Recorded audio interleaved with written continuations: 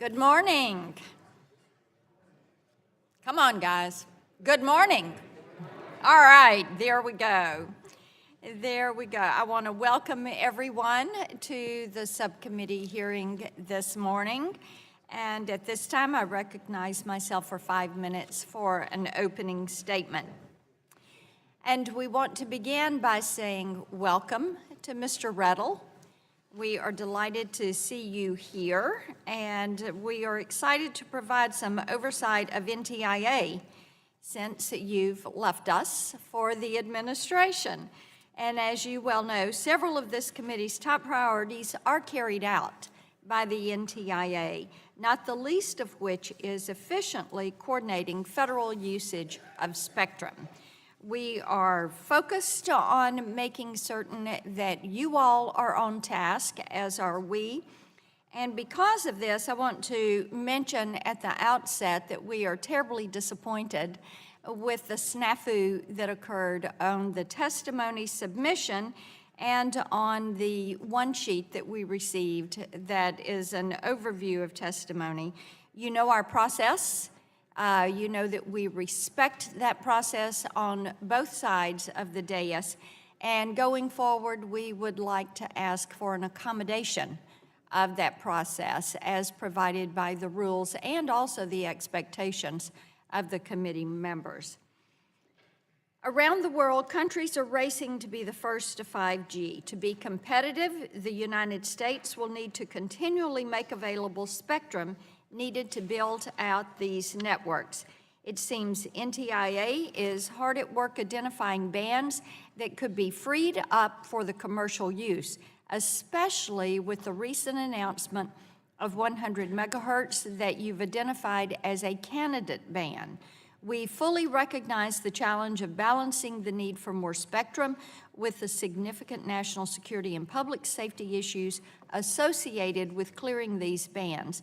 We are looking forward to hearing from you this morning on your plans of how you will help the United States maintain our status as a global leader in the wireless space.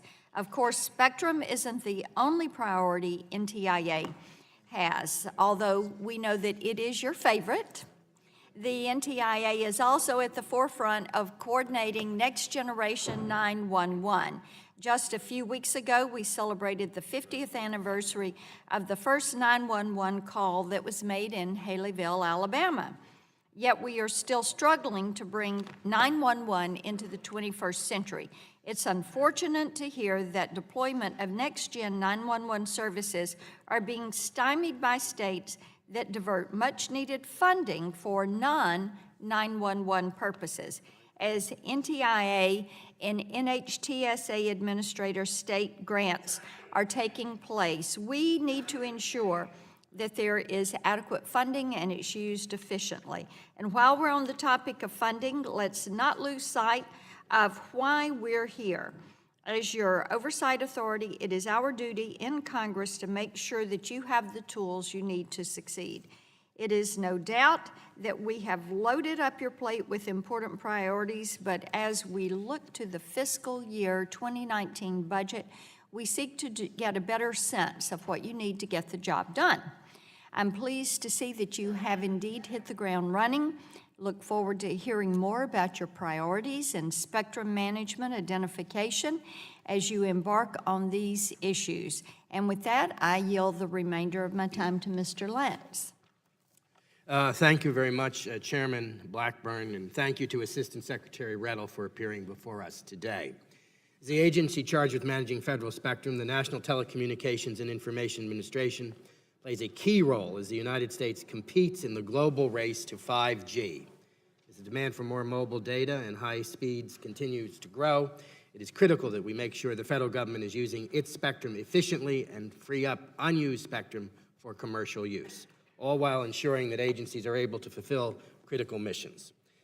There are tough needs to balance, and I applaud Mr. Rettel for moving quickly in identifying 100 megahertz of mid-band spectrum for potential commercial use. I've recently introduced legislation with Ranking Member Doyle, the Airwaves Act, which among other things also aims to free up more federal spectrum for commercial use. I look forward to working with Mr. Doyle and with you, Mr. Rettel, on these efforts moving forward. In addition to spectrum management, you also oversee critical public safety matters related to the Next Generation 911 and FirstNet. I thank our distinguished witness for appearing before us today and look forward to discussing these important issues with you, and I yield back 6 seconds, Madam Chairman. Gentleman yields back. Mr. Doyle, you're recognized for 5 minutes for an opening statement. Thank you, Madam Chair, for holding this important hearing, and I'd like to also thank our witness, Administrator David Riddle, for being with us here today. As it's been noted, Mr. Riddle was no stranger to this committee, having served as counsel and chief counsel for Chairman Walden on this subcommittee. During his time here, Mr. Riddle spearheaded the majority's effort on spectrum policy and internet governance and oversaw and directed policy for the full breadth of this subcommittee's jurisdiction. And now, after what appeared to be a rather drawn-out confirmation process, you've finally taken on the leadership of the National Telecommunications and Information Administration, the agency tasked with serving as the principal advisor to President Trump on telecommunications and information policy issues. David, I want to wish you the best of luck with this critical and quite challenging task. That being said, I also understand that you went to Penn State, which is my alma mater, and that you married a girl from Pittsburgh. So this shows good judgment on your part, too. But again, welcome back to the committee. Our world grows more connected and interconnected by the day. The number of connected devices will exceed the number of people on the planet this year, and research suggests that the number of connected devices will be more than twice the population of the planet by 2020. This incredible growth has been fueled by innovation, investment, and access to wireless spectrum. The U.S. government remains the largest spectrum holder in the United States, and NTIA is charged with managing federal spectrum, and as you recently announced, figuring out how to transition additional spectrum to commercial use. It is critical that as your agency moves forward, that you balance the needs of licensed and unlicensed industries.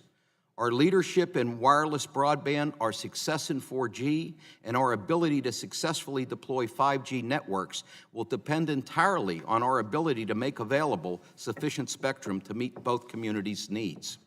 NTIA's recent announcement identifying 100 megahertz of federal spectrum to study for wireless broadband use is good news, and it's a good example of the valuable role NTIA can play in coordinating federal spectrum use. It's also a reminder of how important our federal R&D efforts are in this area. NTIA's research and engineering arm, the Institute for Telecommunications Sciences, located in Boulder, is a critical part of this work. Having objective researchers and engineers who can work with federal stakeholders to identify ways to free up or share spectrum is critical for meeting our nation's wireless needs, because navigating the tricky waters of interagency cooperation and coordination is difficult at best. I'd like to also mention that the lab is led by a Carnegie Mellon grad, Keith Grembaum. More good judgment on their part. Beyond spectrum, NTIA plays a key role as an interagency and multi-stakeholder convener within the government and with commercial interest and civil society organizations. NTIA has done good work on cybersecurity, privacy, the Internet of Things, and unmanned aircraft. I believe that it is critical that this work continues. We need thoughtful, fact-based interagency leadership, helping agencies navigate these complicated topics. More work needs to be done in these areas as they go from being nascent innovations to globally deployed technologies and challenges. Cybersecurity is of particular concern to many. Our nation's digital infrastructure is under constant attack by adversaries ranging from superpowers to script kiddies. And as we move towards 5G and future network technologies, we need to consider better how to bake security into these networks, how to harden them against attacks and tampering.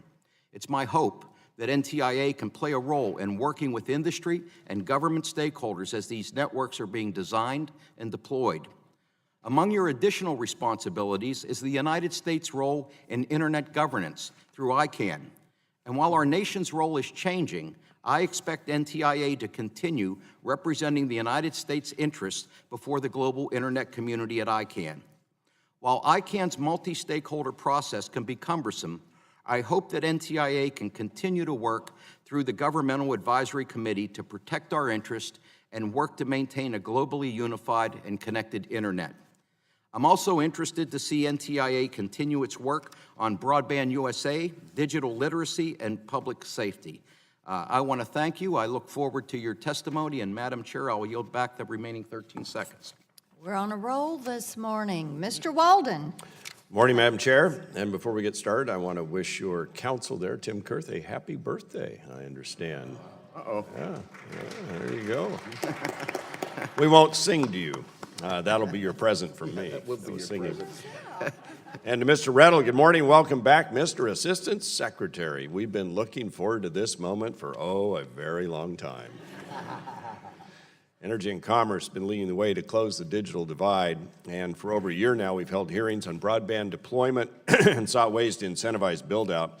And our Telecom Subcommittee, which you're intimately familiar with, has held legislative hearings on numerous infrastructure proposals this year and last that provide plenty of opportunity for the committee and NTIA to work together toward achieving this and to closing the digital divide in the country. As the Energy and Commerce Committee continues to identify ways to accelerate broadband deployment, we first need to know which areas are truly unserved. Those areas need to be prioritized first.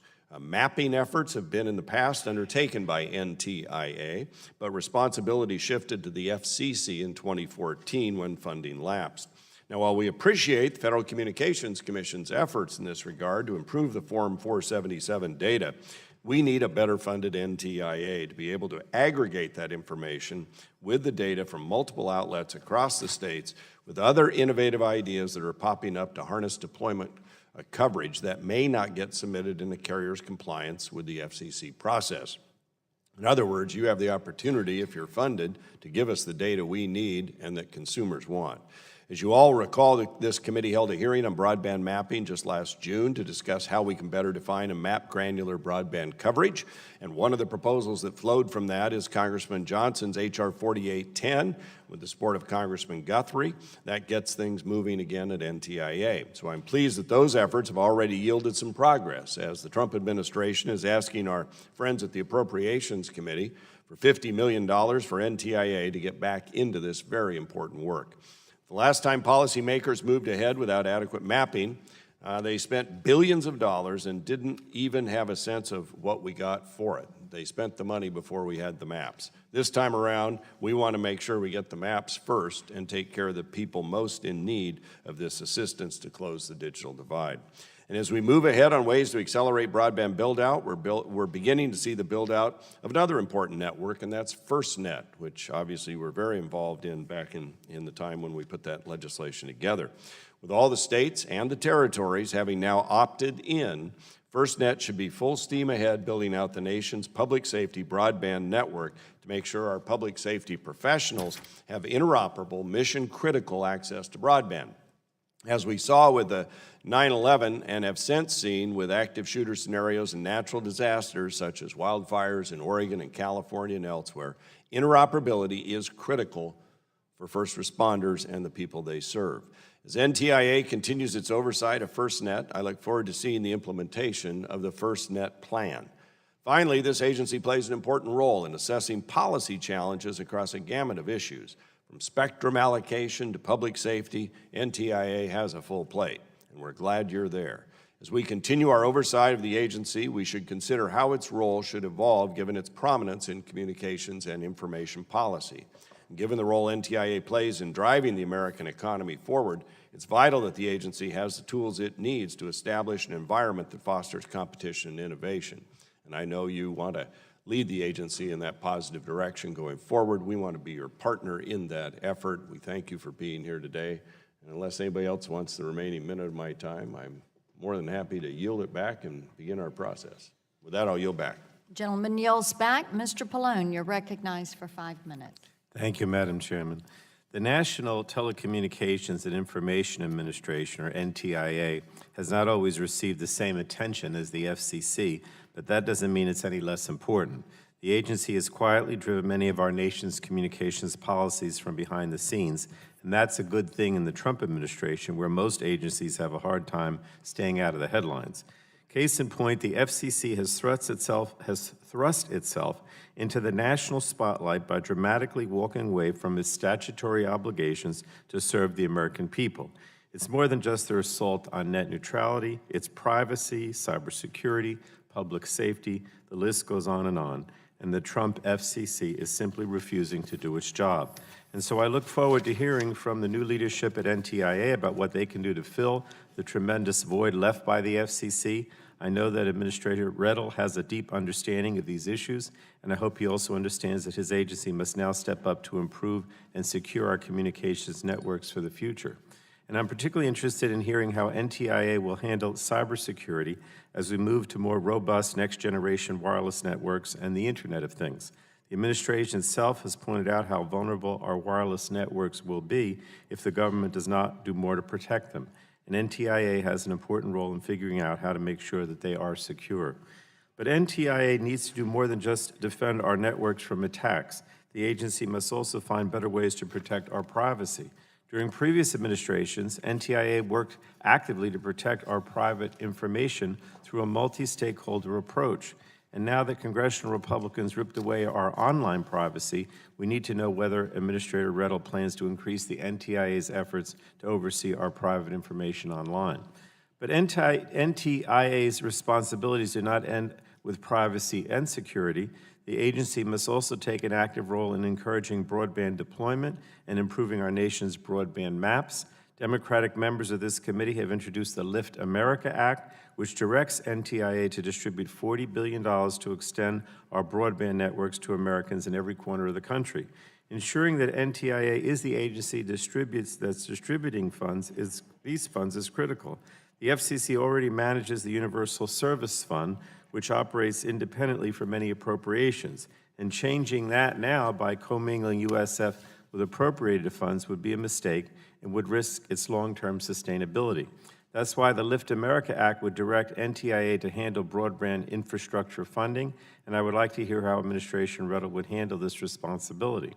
And finally, I'm interested to learn how Administrator Rettel plans to deal with Internet governance and our international commitments. Senator Cruz has been pushing for the U.S. to walk away from our agreements regarding ICANN, and I strongly believe that Senator Cruz is playing right into Russia's hands in their efforts to shake global confidence in our government. Ultimately, these efforts could undermine the integrity of the Internet. I was even more disappointed to see that Senator Cruz tried to use the confirmation process to force Administrator Rettel to commit to undermining our country's goodwill overseas. These commitments are counterproductive, and I would therefore like to hear from the Administrator whether he has promised a predetermined outcome to his proceedings relating to America's oversight of ICANN. So I don't know if anyone else on my side wants the time that remains. If not, Madam Chair, I would yield the rest of my time. The gentleman yields back. Assistant Secretary Rettel, we are delighted that you are here this morning. We appreciate your taking the time to come, and we appreciate your testimony. And at this time, I yield you 5 minutes recognize you for 5 minutes for an opening statement. Thank you. Chairman Blackburn, Ranking Member Doyle, members of the subcommittee, it's a pleasure to be back before the Energy and Commerce Committee. At the outset, I wanted to take this opportunity to congratulate the committee on advancing Ray Baum's Act. As many of you know, I spent 7 years working here on the majority staff alongside Ray Baum, and it's more than a little bittersweet to be back in 21-23 without him here. But I'm pleased to be here on the day that Ray Baum's Act will get its moment on the floor. Ray spent his life working in the public service, and the Ray Baum Act is a beautiful tribute to a wonderful man, and it's all the more fitting that it's being done by this committee through consensus. Consensus is similarly at the heart of what we do at NTIA. For example, given our dual mandate from Congress to protect government incumbent operations and to make more spectrum available for commercial use, getting to yes requires quite a bit of consensus building. Thanks to the hard work of our Interdepartmental Radio Advisory Committee, NTIA was recently pleased to announce a selection of 3450 megahertz to 3550 megahertz as a candidate for reallocation to commercial services. While we still have a lot of work to do to determine how to protect government incumbents that are in this band, the spectrum is immediately adjacent to the FCC's Citizens Broadband Radio Service spectrum and could help fuel our nation's leadership in 5G. Just next door is the 3.5 gigahertz spectrum. And NTIA's Institute for Telecommunications Sciences, which is located in Boulder, Colorado, is working to bring CBRS to life. The heart of this innovative spectrum band are two systems, the Spectrum Access System and the Environment Sensing Capability, that will allow commercial uses to coexist with Navy radar systems. ITS is working with all interested stakeholders to certify these systems that are necessary to bring the band to market. Combined with the FCC's recent announcement on C-band spectrum, our efforts could make as much as 750 megahertz of contiguous mid-band spectrum available to meet our nation's 5G needs. In addition to our spectrum work at NTIA, we work extensively to represent U.S. interests before consensus-based organizations like ICANN and the International Telecommunication Union. The ITU's Plenipotentiary Conference is coming up at the end of this year, and we're working with our colleagues at the Department of State to finalize U.S. positions and develop strategies to advance U.S. interests. Additionally, we're actively working to promote the U.S. candidate to lead the ITU's development sector, Doreen Bogdan-Martin. Doreen's a former NTIA employee who's spent many years working at the ITU Secretariat in Geneva to advance telecommunications policy around the globe. She's incredibly qualified, and I'm proud to support her candidacy. Importantly, if she's elected, Doreen would be the first woman to hold any of the ITU's 5 leadership elected positions in the union's 153-year history. Finally, I'd like to highlight the good work the Department of Commerce has been doing to improve our nation's cybersecurity. President Trump has made it clear that securing our communications networks is a national security priority. And the Department of Commerce plays a critical role in this national effort. Whether it's NIST's work on the cybersecurity framework or NTIA's work on multi-stakeholder processes, under Secretary Wilbur Ross's leadership, the department is the commercial internet's voice within the executive branch. In January, the Departments of Commerce and Homeland Security issued a draft report on actions that can be taken to address the threat of botnets. The report outlines a positive vision for the future with goals and tasks that would improve the resiliency of the internet ecosystem. We know that these automated distributed threats are a global problem and that no single sector can fix the problem in isolation. But we also know there are effective tools that can help mitigate these threats, but are not consistently used. The challenge of distributed threats is exacerbated by the volume of devices as we move to the Internet of Things, and I believe the greatest challenge for realizing the full potential of IoT will be cybersecurity. Many do not think of their thermostats, light bulbs, cars, or appliances as digital devices that may carry cybersecurity risks, but in the age of IoT, they can. If we want to promote innovation and growth, we must ensure that Americans can trust the IoT devices in their lives. Late last year, one of NTIA's open multi-stakeholder processes produced agreement on documents focused on IoT security and patching, and we continue to engage with the IoT and security communities to promote the security of the devices on which we are increasingly reliant. Throughout all of this work, NTIA has consistently looked to create as many avenues for engagement with the private sector as possible. That will continue under my watch. The communications and information sectors are the backbone of the economy, and they're too important not to get right. The United States must continue to lead as new technologies, including 5G, emerge, and we must continue to harness this growth for American businesses and American workers. It will take hard work and a lot of listening to maintain America's leadership in the communications world, but that will be my focus as NTIA's administrator. Thank you again for inviting me. I'm really happy to be here testifying, and I look forward to your questions. We thank the gentleman for the testimony. Thank you so much, and keeping on time today. This is a good thing. Off to a good start. I want to yield myself 5 minutes for questions, and use this time. I've just got 2 questions I want you to go a little bit further on in your explanation. As we are continuing this transition to next-gen 911 and looking at the 6,000 PSAPs across the country that are responsible for their service areas with oversight from their states, I want you to talk a little bit more about how NTIA is going to help facilitate a successful nationwide transition to the next-gen 911, and then also, as looking at the money, how you are going to make certain that these federal dollars are pointed and explicitly used. And then I'm going to come to you for a second question on IANA. So short responses are welcome. Thank you. I'm Chairman. On Next Generation 911, as you're aware, this is a shared responsibility that NTIA has through a coordination office that we work together with our colleagues at the National Highway Traffic Safety Administration. NHTSA and NTIA have been working over the last year to put together a grant program that was envisioned by the Middle Class Tax Relief and Job Creation Act of 2012.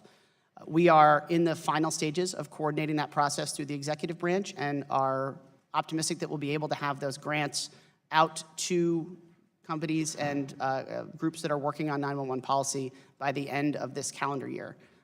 So we're really excited about getting moving forward on this. I believe it's $115 million that was allocated for this purpose in middle class tax relief, and we're getting ready to do the grant program that Congress asked us to do.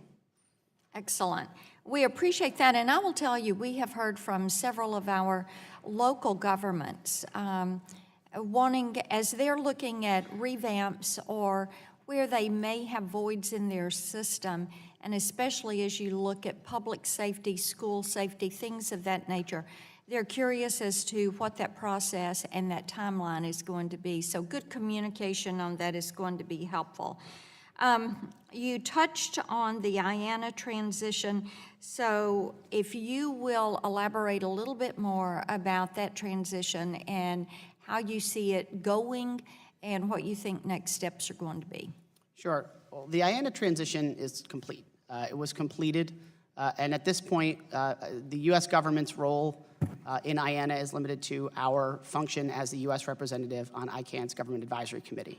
I know a lot has been made about what commitments were made and what my personal opinions are on the IANA transition, so I appreciate the opportunity to sort of clear the air.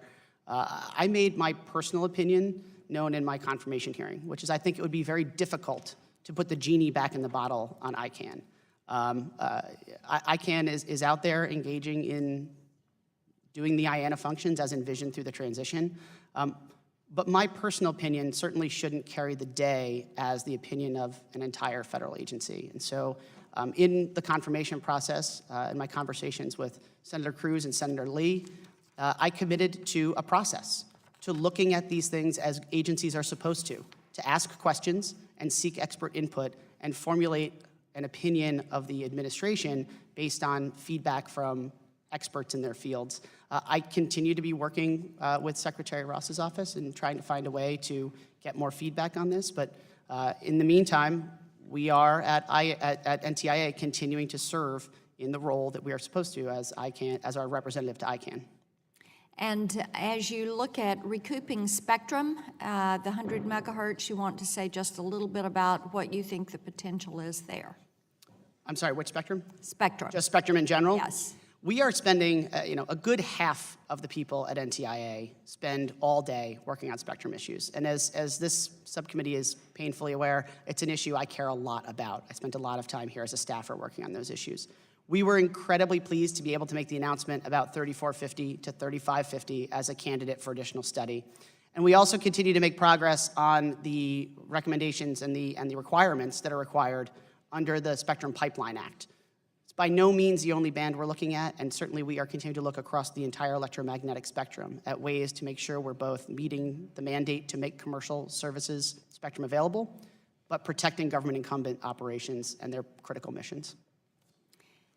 Gentleman yields back, and Mr. Doyle, you're recognized for 5 minutes. Thank you, Madam Chair. I'm concerned about the FCC. It seems they have so drastically walked away from their role of protecting American public's communication networks from cyber attack. I think the FCC's failure in this area is part of the reason we saw that bizarre 5G nationalization memo come out of the National Security Council. Administrator, putting aside the prescription put forth by that memo, can you agree with the diagnosis that the government must be doing more to secure our networks and the supply chain for 5G technology, particularly in light of the recent revelations about vulnerabilities to currently deployed LTE networks? Ranking Member Doyle, I thank you for the question. Yes, I can agree with that, and I think the President has made clear that he also would agree that we need to do more. The President's national security strategy listed 5G security as a national security threat, and so across the federal government, we're all trying to coordinate to find ways to push security to the forefront, to continue to make security of our communications networks a priority.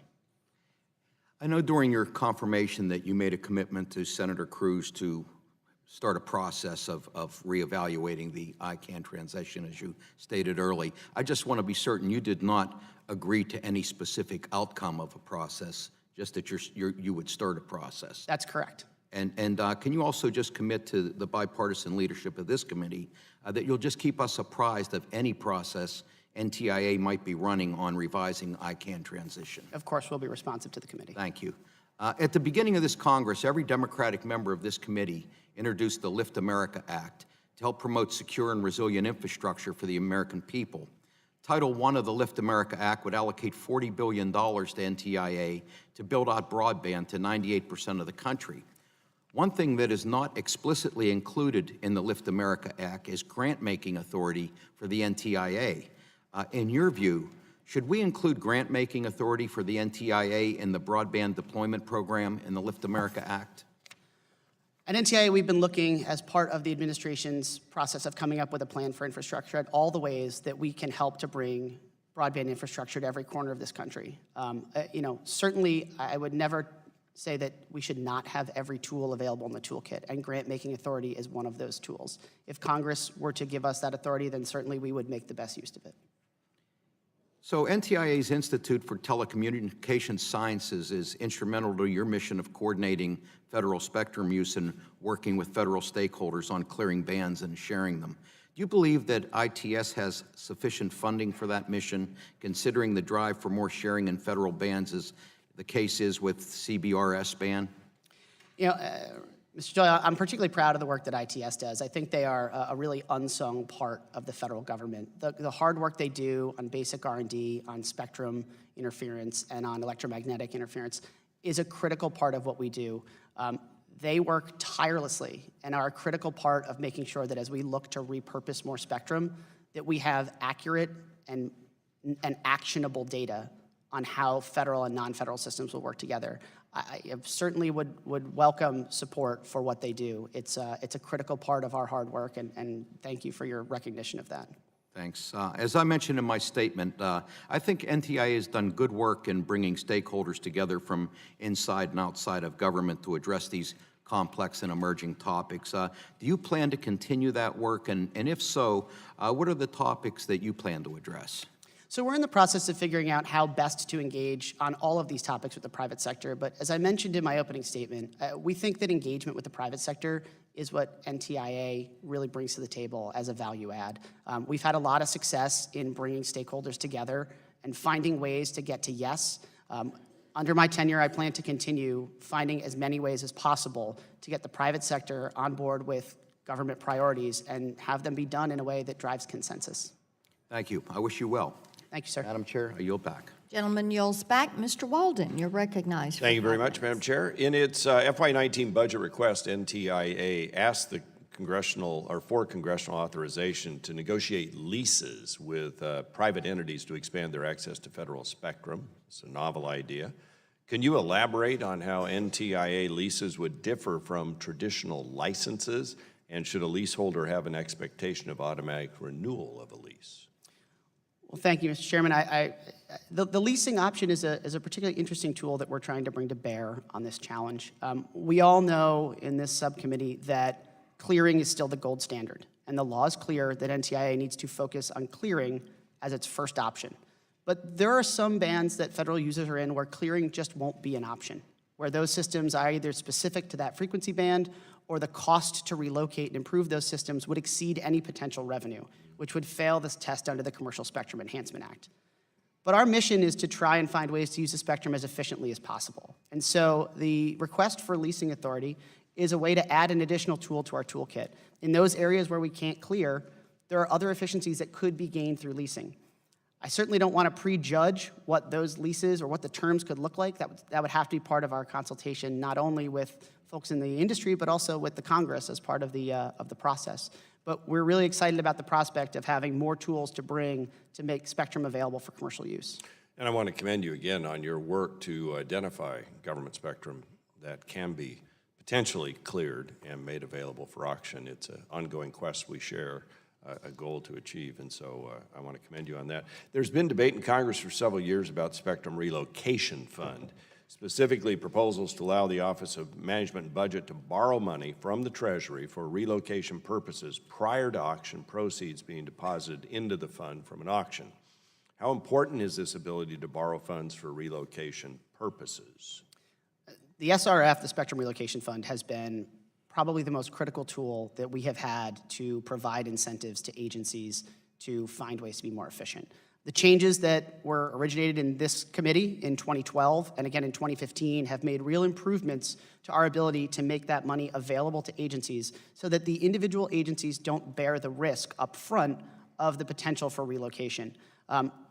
We are continuing to look at ways to improve the SRF. The SRF is why we were able to make the announcement on 3450 to 3550 and so many of the other projects we're working on to bring Spectrum to market. So anything Congress can do to bolster the SRF is certainly welcome.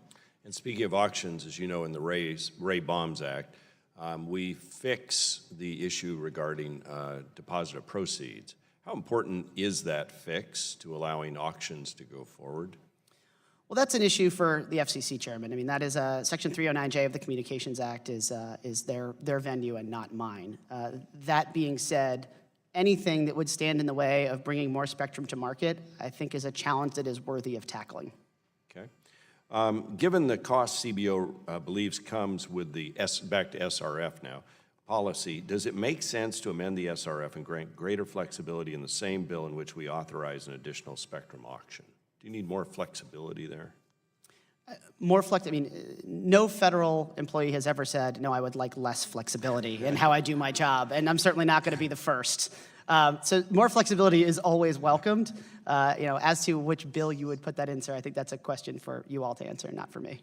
I appreciate your candor on both points. And we look forward to working with you going forward with that, Madam Chair. I'll yield back. Gentleman yields back. Mr. Before I do that, could we recognize the Assistant Secretary's wife who is here, Amy Rettel, right there in the front row? Delighted. She'll be very embarrassed. Thank you, sir. Yeah, I'm in trouble now, but we're glad. We are glad that she is here to witness this because we know that she will critique him. That's as she should. Yes, and she's from Pittsburgh. That's right. Making Mr. Doyle's day. Okay, Mr. Pallone is not here, so let's go on down. Ms. Clark, you're recognized. Thank you very much, Madam Chair, and I thank our ranking member as well. And let me add my voice to those who have said you've made a very smooth transition into this position and commend you for the work that you're doing. Assistant Secretary Rettel, as you're aware, I introduced the Spectrum Pipeline Act in 2015, which later was incorporated into the bipartisan budget bill of 2015. And because my bill became law, the federal government and the NTIA gained access to new research and development funding to help free up federal spectrum for use by the American people. NTIA recently announced that it will study how to make 100 megahertz of spectrum available for use in 5G networks. Can you explain how the availability of research and development funding stemming from my Spectrum Pipeline Act is helping to aid this effort? Absolutely. And Ms. Clark, I'd like to start off by also saying it was a pleasure to work with you and your staff on that Spectrum Pipeline Act in 2015. The availability of that funding is what's making it possible for us to continue driving forward. Making the research money available to figure out whether or not agencies will be able to make spectrum available has been a gating criteria for getting to yes. And Congress rightly heard the concerns from the agencies that that funding being provided after the work had been done was a real impediment to their budgeting processes. So it is part of the reason that we were able to make 3450 to 3550 announcement as a candidate band, and thank you for that help. Very well. This month, Congressman Ice and I plan to launch the Congressional Caucus on Smart Cities to bring American communities into the 21st century through innovation and technological change. We believe that embracing smart technology will make our communities more sustainable, resilient, efficient, livable, and competitive in a world in which technology is constantly advancing. For its part, I applaud the work that NTIA's Broadband USA office to promote smart cities. This work spans both Democratic and Republican administrations and includes initiatives like providing toolkits to help communities use partnerships to build smart cities, and hosting webcasts to help communities better understand why broadband is necessary for making this government smarter, their government smarter. Assistant Secretary Riddle, in your view, why is it important that cities use technological advances in serving their constituencies? I mean, I have spent my entire career trying to advance communications and technology, so it's a bit self-serving, but I feel like this is an area where we've been able to produce a lot of gains for folks, whether they're in smart cities or rural areas, whether they're low income or wealthy, and I continue to believe that that's the case. I thank you for recognizing the hard work that the Department of Commerce is doing on these issues. I think it's important to note that in addition to the hard work that the Broadband USA team is doing, our sister agency NIST is also doing a lot of work on smart cities and really developing some of the standards and some of the frameworks that are going to be critical to this work going forward. And can you commit that promoting the growth of secure and resilient smart cities across our nation will be a priority of yours during your time leading the NTIA? We are working on it now, and we plan to continue working on it. Awesome. And would the Broadband USA office be able to do more projects like those I described if Congress budgeted additional resources for the program? You know, certainly if there were more resources available, Broadband USA would continue doing more work in their field. You know, we are doing as much as we can within our budget, and we'll continue to make the most we can to do more with less in that budget. Very well. And as a co-sponsor of the Airwaves Act, I'm so pleased to see bipartisan support for progress on spectrum.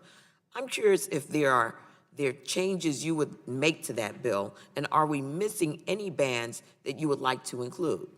So the Trump administration doesn't have an official position on the Airwaves Act, but it's a sort of a threshold matter, I would say. I think we are looking at NTIA across all of the federal assets, all of the federal spectrum holdings, to see where there are opportunities to move forward, where there are opportunities to be more efficient, to consolidate operations.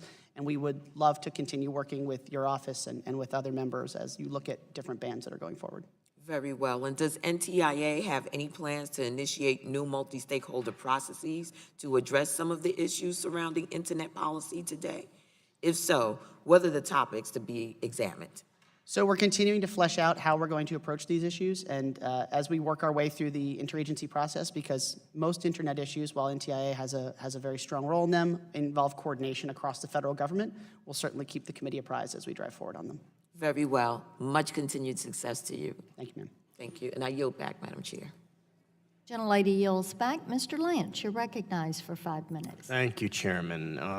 I'm pleased that we were able to include mobile now in the FCC reauthorization that we're considering on the floor later today. As we look to the next chapter in spectrum legislation, I certainly believe that the bipartisan Bicameral Airwaves Act that I recently introduced with Ranking Member Doyle is a fitting candidate. It has received wide support from both licensed and unlicensed industries, public interest groups, and several commissioners at the FCC. I know that in the executive branch you do not take official positions on these pieces of legislation, but Mr. Rettel, what are your impressions of the bill, and do you think that it's possible at the appropriate time that the administration will be able to support it, at least in concept? Well, Mr. Lyons, thank you for giving me the recognition that I can't take a position on it. The administration doesn't have a formal position on the bill. That being said, I really applaud all the work that's being done in Congress and the attention that's being paid to spectrum at this point.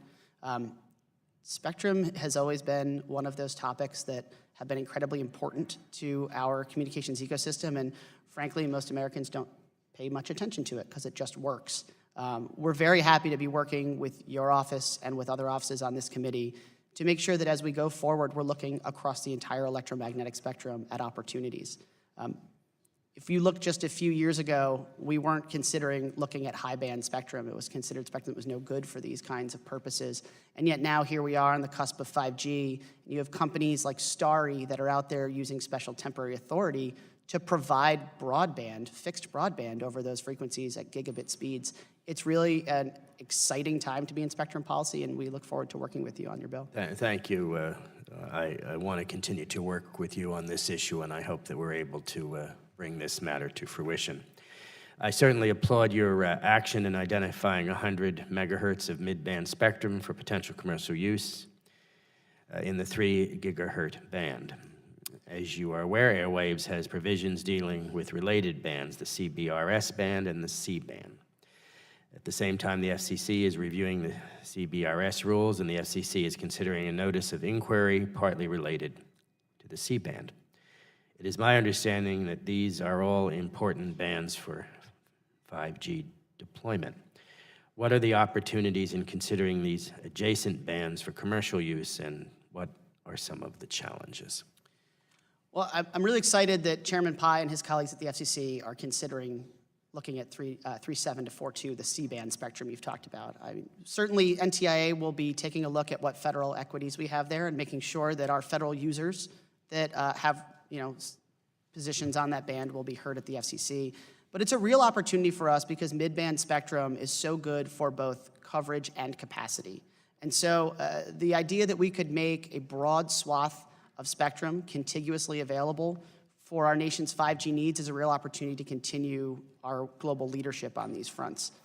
The challenges are what they always are. These bands have incumbent users, and the FCC has a tough challenge ahead of it, trying to find ways to balance the rights of those incumbent users with the opportunities moving forward. Thank you, and congratulations again to you and your entire family, and we will continue to work with you as we have in the past. Thank you, Madam Chairman. I yield back the balance of my time. Gentleman yields back. Ms. Matsui, you're recognized for 5 minutes. Thank you very much, Madam Chairman, and welcome. It's good to see you back here in another role. I also want to talk about the spectrum. As you know, Representative Guthrie and I have been focused on initiatives for federal entities to share or relocate their spectrum-dependent systems and allow for commercial use. Increasing the probability of sharing or relocating federal spectrum is often a multi-phase, multifaceted strategy, from research and development to planning to accommodate sharing or new spectrum assignments. I commend your work with DoD to identify 100 megahertz of spectrum for potential repurposing for wireless. Do you have any thoughts on what incentives might be most beneficial for federal entities? Whether a uniform approach across all federal entities is possible? Well, thank you, Ms. Matsui. Thank you for the commendation on the work. I would be remiss if I didn't note that getting to yes on that 100 megahertz required the hard work of a ton of folks across the federal agencies. And that's what's interesting about doing federal spectrum work, is that it is rare that there is a band where we don't have multiple uses across multiple geographies and multiple places within the time domain. And so every band is a unique challenge. To that end, providing incentives is not a one-size-fits-all approach. So to the extent that Congress can continue to provide us with tools to address each one of these users individually and address their concerns with making sure their systems are not impacted by any potential move, we would welcome that conversation. Okay, so there's not one approach at all, so there might be targeted solutions over every individual agency. Yeah. Okay, great. Making more spectrum available for commercial use and new technologies will be critical to ensuring we remain the global leader in 5G deployment. As you work to identify new bands or support new generation broadband networks, it is also important that we consider opportunities to use commercial bands more efficiently. I'm mindful of the ongoing work towards technical solutions to terrestrial services in the L band. What are your thoughts on how we could push forward on spectrum proceedings such as the L band that protects incumbents from interference and accommodate new spectrum use cases? So that's at the heart of what we do. And the L band, perhaps the most well-known example of trying to do L-band sharing is trying to find ways for the proposal before the FCC for Legato to use spectrum without adversely impacting the global positioning system. NTIA spends a lot of time working across the federal agencies to try to find ways to get to yes.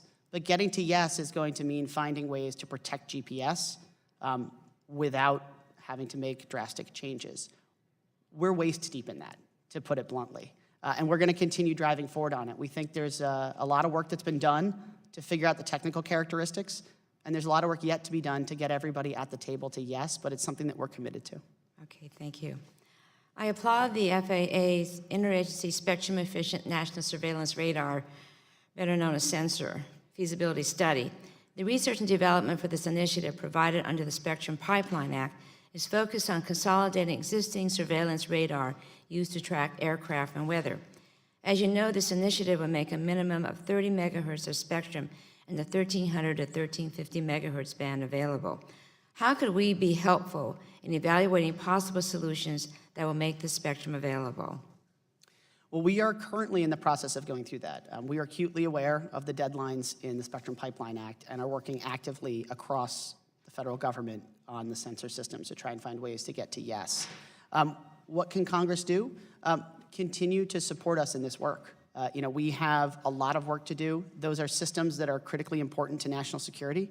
And so your continued support in trying to help keep everybody at the table and driving towards consensus is much appreciated. So is continued effort, particularly encouraging other federal entities to look at their spectrum systems to evaluate where they could be consolidated, modernized, or otherwise allowed for sharing. So it's just continued work to try to find that special little nugget that move us forward then.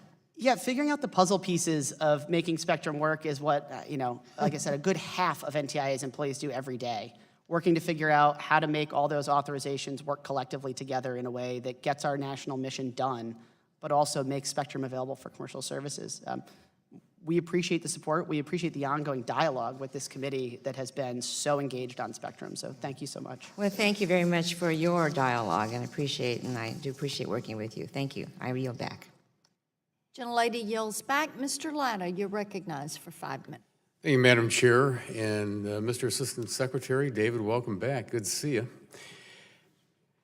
In my role as the chair of the Digital Commerce and Consumer Protection Subcommittee, we've done great work on clearing the regulatory path for self-driving vehicles. But we also need to clear a path for increased access to spectrum. It's going to be new wireless 5G tech networks that drive some technology solutions supporting self-driving cars. Would you tell me how much more spectrum 5G networks we will need, and do you have any time frame within which we need to make available a certain amount of spectrum to ensure the advancements like self-driving cars become a reality? Well, Mr. Latta, I wish it was a question that lent itself to a simple answer, but it doesn't.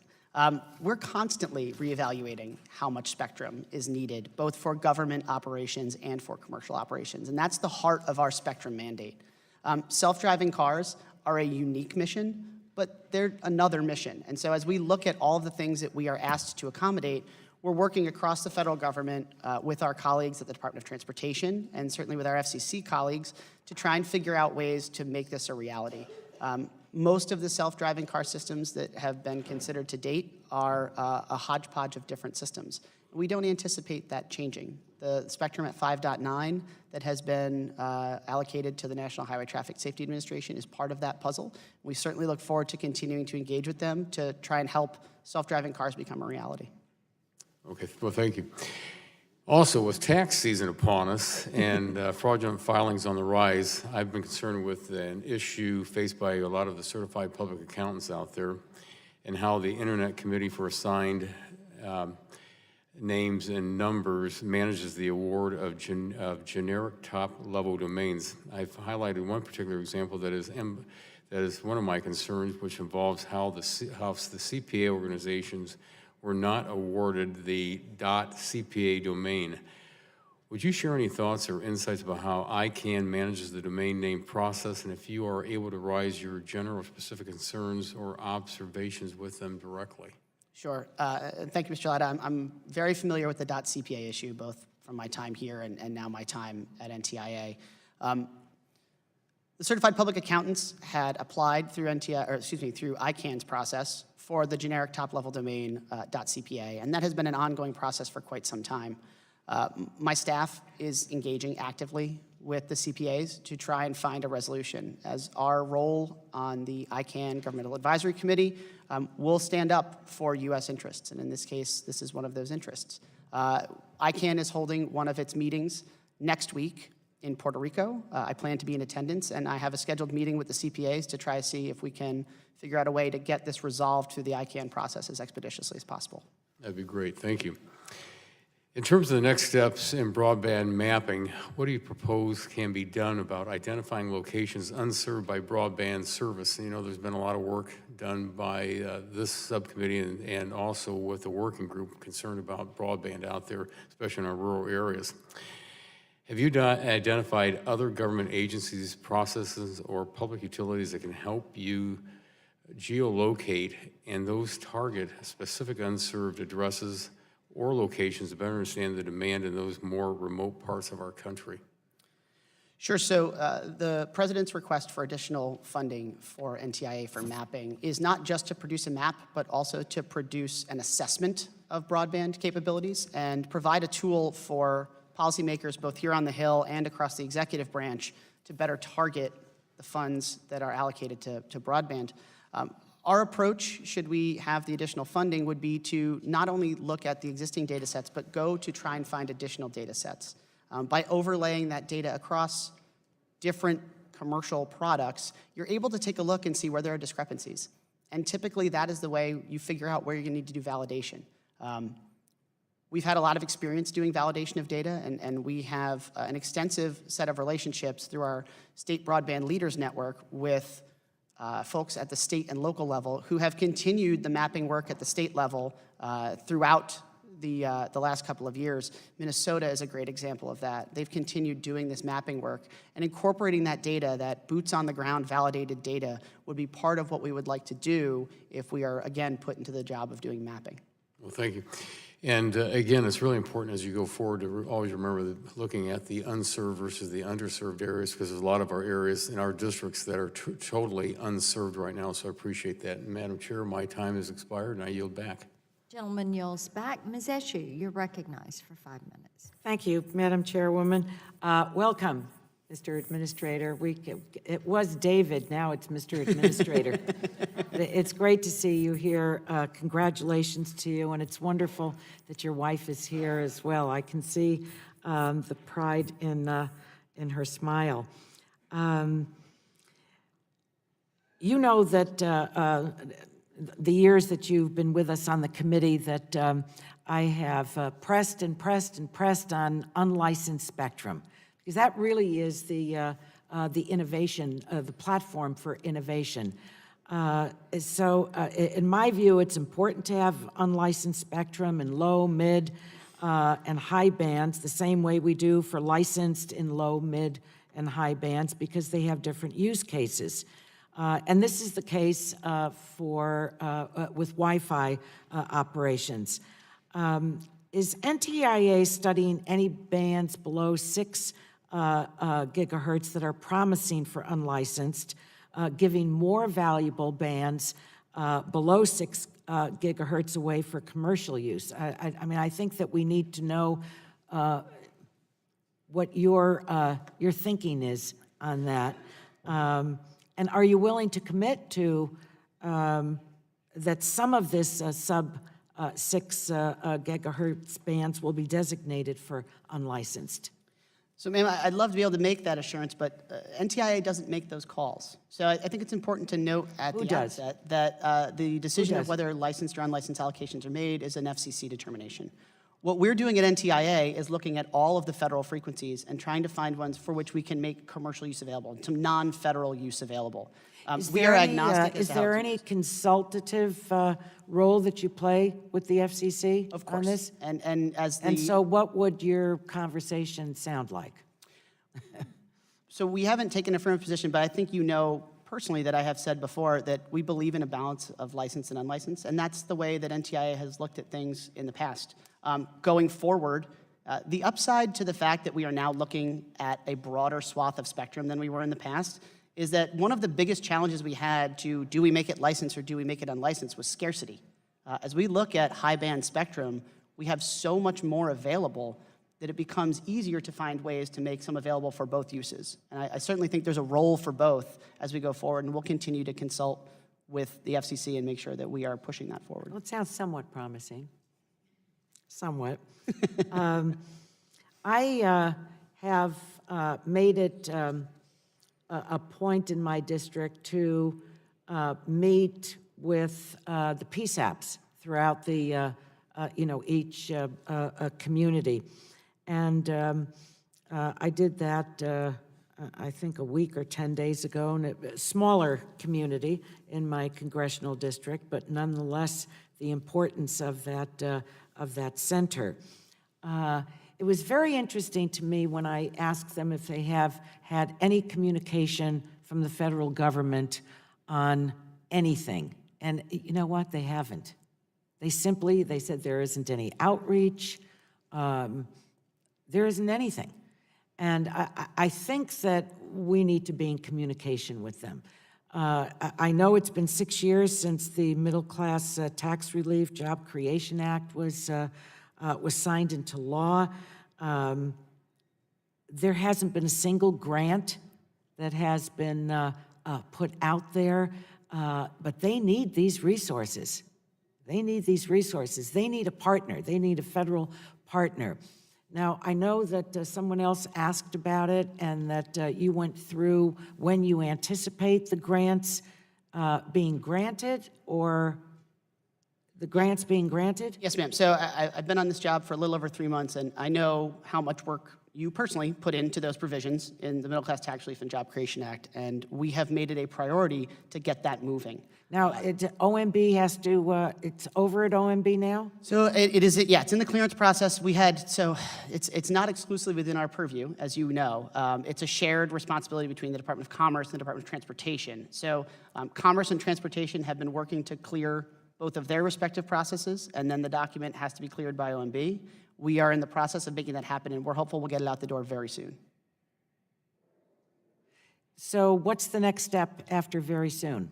The next step after that is that we'll establish rules for a grant program, and we'll be then taking applications for grants from interested parties to improve next generation 911. Are you going to go out there and kind of wave the flag and say, we have $115 million, which is not a lot of money when you divide it by 50 states and all the PSAPs. We have, what, 6,000 approximately PSAPs in the country? I think that we need to really be aggressive about this. But you know what? If they don't hear from us, they need to be prepared to put in for whatever they're thinking they need to put in for. And now I think that you need to take a lead on that. I left this PSAP encouraged because of all the things that they're doing. They're working so hard and working very smart. But that they don't know that anything exists 3,000 miles away is not very good. So I think that you have, there's some work to be done on that.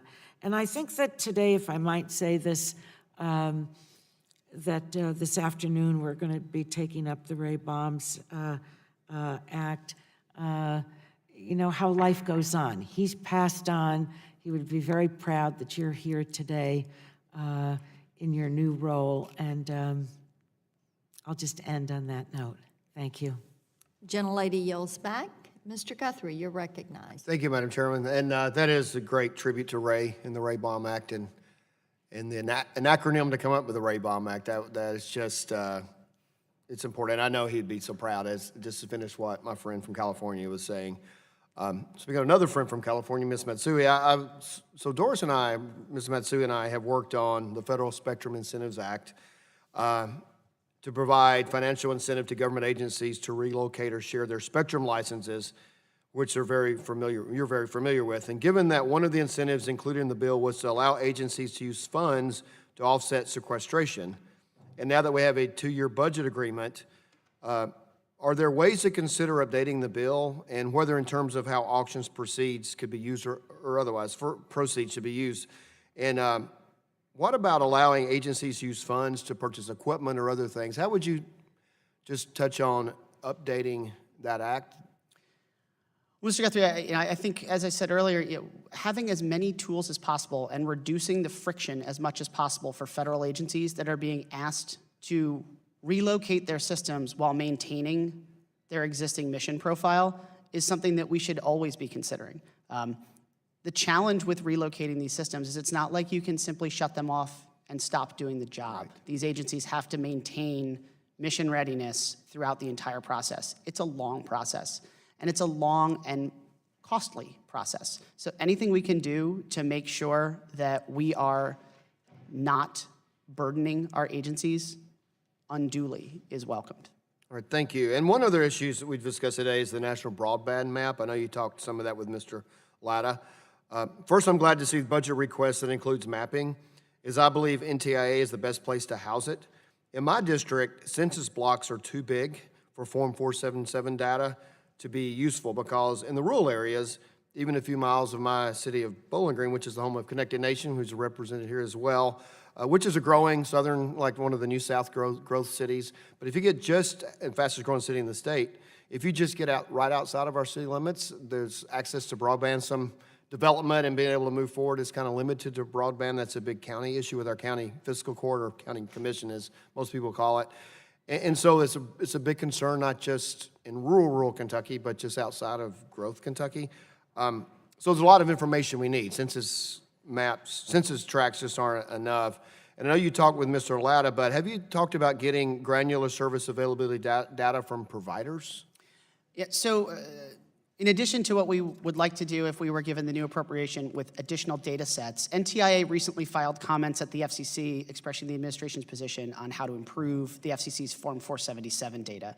And these are the issues we looked at. And essentially, our comments broke down to say there are two things you need to improve. You need to improve accuracy, and you need to improve granularity, but also we need to balance the need for increased accuracy and granularity with the burden that we're placing on filers. And I don't envy the FCC in striking that balance, but we need more accurate and more granular data.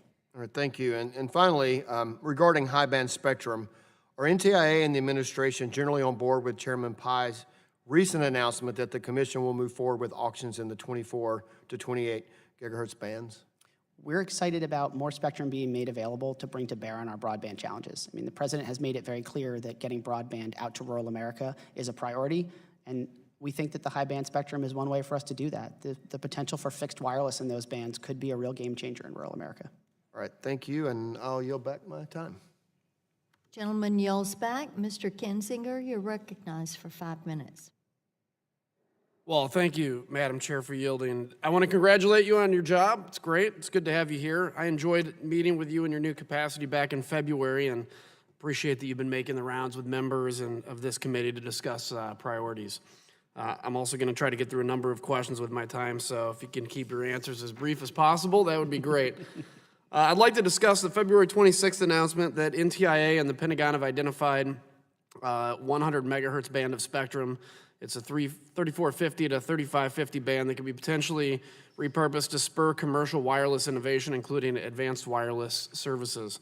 I'm all for opening up spectrum for commercial use, but as a military guy myself, I tend to look at things through a national security lens. So I would want assurances from the Pentagon that introducing commercial operations of this band of spectrum would have no negative effects on defense. First, will you reaffirm your commitment to ensure that the military communications operating in this band must be a priority? Absolutely. And now, in the event that the engineering study shows that this is feasible and there will be no degradation to military operations, I'd like you to briefly describe what sorts of commercial ventures we might see in this band. You know, might we, for instance, see spectrum sharing technologies that essentially allow for dual use while prioritizing government ops? So that's the phase we're in now, figuring out what the options will be. Once we figure out through the engineering studies what the profile of existing DoD systems will look like in a post-transition, we would be working with the FCC to figure out how this fits into the larger spectrum picture.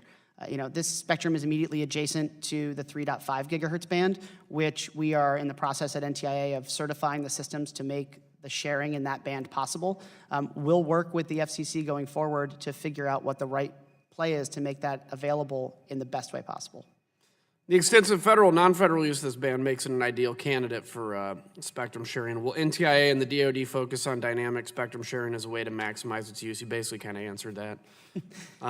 As you know, this 100 megahertz band is immediately adjacent to the Citizens Broadband Radio Service, and the FCC's rules for CBRS are almost finalized now. If the NTIA and DoD move forward to open this band, It would save time and money to simply extend the CBRS rules to the adjacent band rather than go through a potentially long rulemaking process. In order to accelerate its commercial use, will NTIA and DoD consider applying the same rules under the FCC's Part 96 of the CBRS to this 100 megahertz band? So ultimately, the decision of how the non-federal use would be done will be done through notice and comment at the FCC, but we'll participate in that process. And I know at least one company that's worked closely with the DoD on this band tier structure. And I think it's safe to say that with the industry assistance, this process can be much less painful. Do you agree that industry could help accelerate and ease the transition process for NTIA and the DoD to enable shared use of this band? Absolutely. We've got two advisory committees at NTIA that are on both sides of this equation to help us out. The Commercial Spectrum Management Advisory Committee for looking at the commercial side of the equation, the Interdepartmental Radio Advisory Committee on the government side, and those two advisory committees give us at NTIA a more complete picture of both what the government users need and what spectrum users on the commercial side are looking for. Okay. And I'd like to briefly discuss the future of spectrum, both in terms of what we can do with the spectrum that's currently being utilized, as well as ultra-high and super-high frequencies that are not yet widely utilized in commercial ventures. In your opinion, what's the most efficient way to deploy the spectrum that's already more accessible today? Would it be sharing, clearing, or some other means? So when it comes to reallocating federal assets to non-federal, Congress has been very clear that we need to prioritize clearing over sharing, but that doesn't mean that we don't look at all potential tools that we have in our toolkit. And sharing and the request we made for leasing authority are part of those potential tools that we could bring to bear. And how can we make up the progress gap in developing and deploying 5G? You know, I think the work that Congress is doing to continue to press the issue and make more spectrum available is particularly helpful. But I think what we're really going to have to do as a country to see this move forward is continue pressing the private sector on standards. Standards, at the end of the day, are where these fights are won and lost. And we, as a country, have been a leader in 4G standards. We need to continue pressing forward to be a leader in 5G standards. And do you believe that we'll still be fighting over the same spectrum bands in 20 years, or do you think the technology will allow us to either share better or unlock higher and lower frequencies? I think it's yes to both. I think we'll still be fighting over these spectrum bands in 20 years, but I think we'll also have new technologies to bring to bear. I mean, just in the last couple of years, we've moved up into the Spectrum Frontiers and Horizons portion of the FCC's work. And 5-10 years ago, that was unthinkable. So at NTIA, we continue to constantly reevaluate and figure out what technology has done to change our underlying assumptions. And very last question, does the NTIA have the authorities necessary to operate in the current environment or in these future scenarios so that it can quickly deploy the use of spectrum? The only thing is the request that we made in the President's fiscal 19 budget with respect to leasing authority. All right, you did a great job. Thank you for getting through so many questions. I yield back. Mr. McNerney, you're recognized for 5 minutes. Well, I thank the chair and I thank the witness. I'm sorry I missed some of your testimony. I had to step out. But I'm concerned about the FCC's reluctance to embrace cybersecurity as an issue.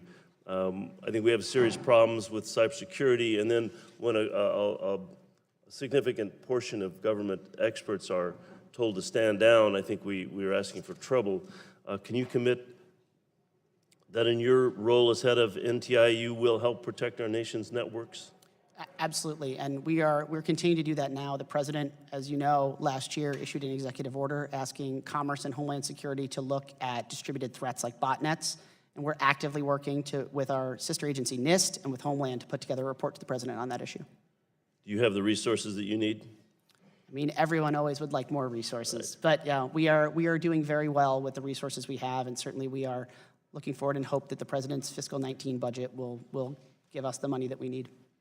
Okay, well, following the rise in the disruptive IoT cybersecurity attacks, I introduced the Securing IoT Act. NTIA has been active on this issue, and I understand that in recent meetings of NTIA's multi-stakeholders working group on IoT security upgradability and patching was held back in November. Can you update us on the progress of this multi-stakeholder working group? Sure, that working group produced documents that were consensus documents from the stakeholders to address some of the concerns related around patchability and conveying that information to consumers. We're really proud of that work. We think it's a real good start in terms of bringing security to bear on IoT. And I know that IoT security is a priority for Secretary Ross across the entire department. Well, what meaningful advances in IoT security can we expect? Stay tuned. We're in the process of working that out. You know, part of the interesting aspect of the multi-stakeholder process is you don't always know what will come next. The stakeholders have a way of asserting themselves. Well, I know that NTIA has also published a draft report on how to protect against botnets.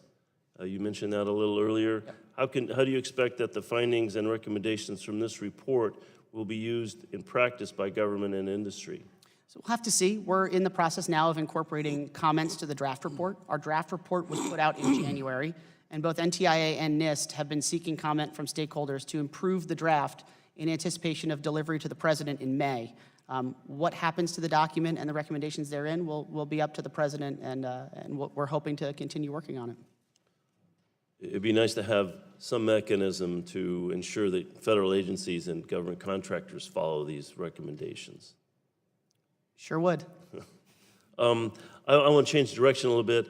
I want to make sure that my constituents have access to broadband and that access is affordable.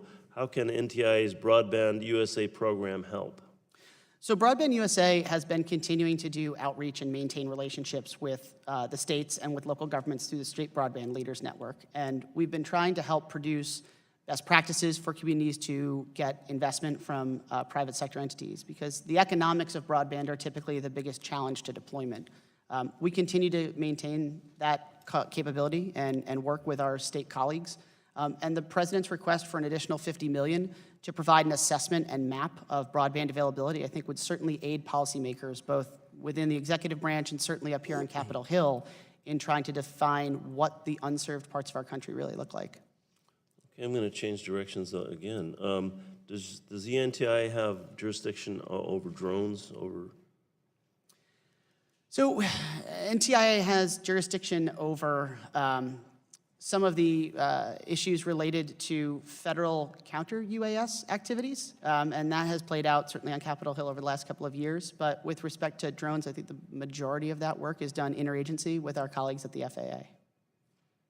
Okay, is there a broad outline of drone regulations at NTIA? Is there some sort of regulatory structure that can help guide where we're going to be going with this technology?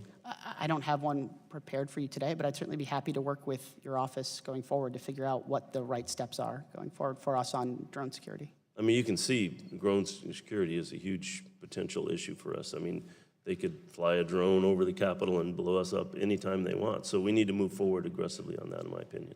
Yes, sir. Thank you. I yield back. Gentleman yields back. Mr. Johnson, you're recognized for 5 minutes. Thank you, Madam Chair, and welcome, Mr. Assistant Secretary. That has a nice ring to it, just kind of rolls off of there.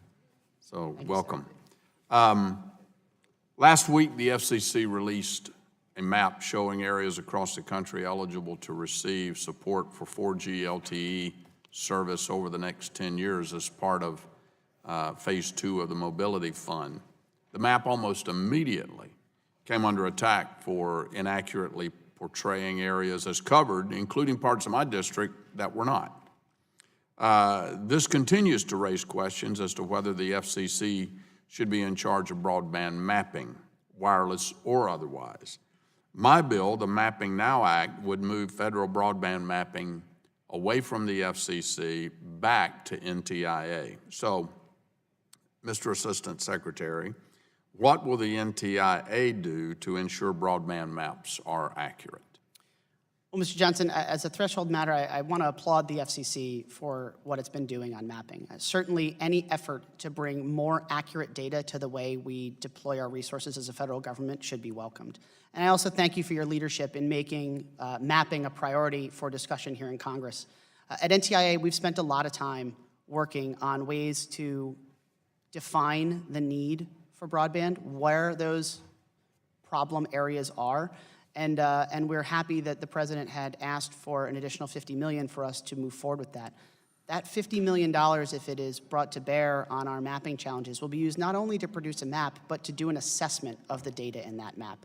And bringing together multiple data sets and figuring out why they don't 100% line up should give us a better idea of the real need we have in rural America. And anyone who's spent any time in rural America knows, we have a real need for broadband infrastructure in rural America. Sure, and I want to echo what you said. I certainly applaud the work that's been done up until this point, but we got to take it to a new level. I mean, we've got, the urban-rural divide is a very real phenomenon. We got lots of intellectual capital that is not being recognized because young people can't get access to the internet for their schoolwork.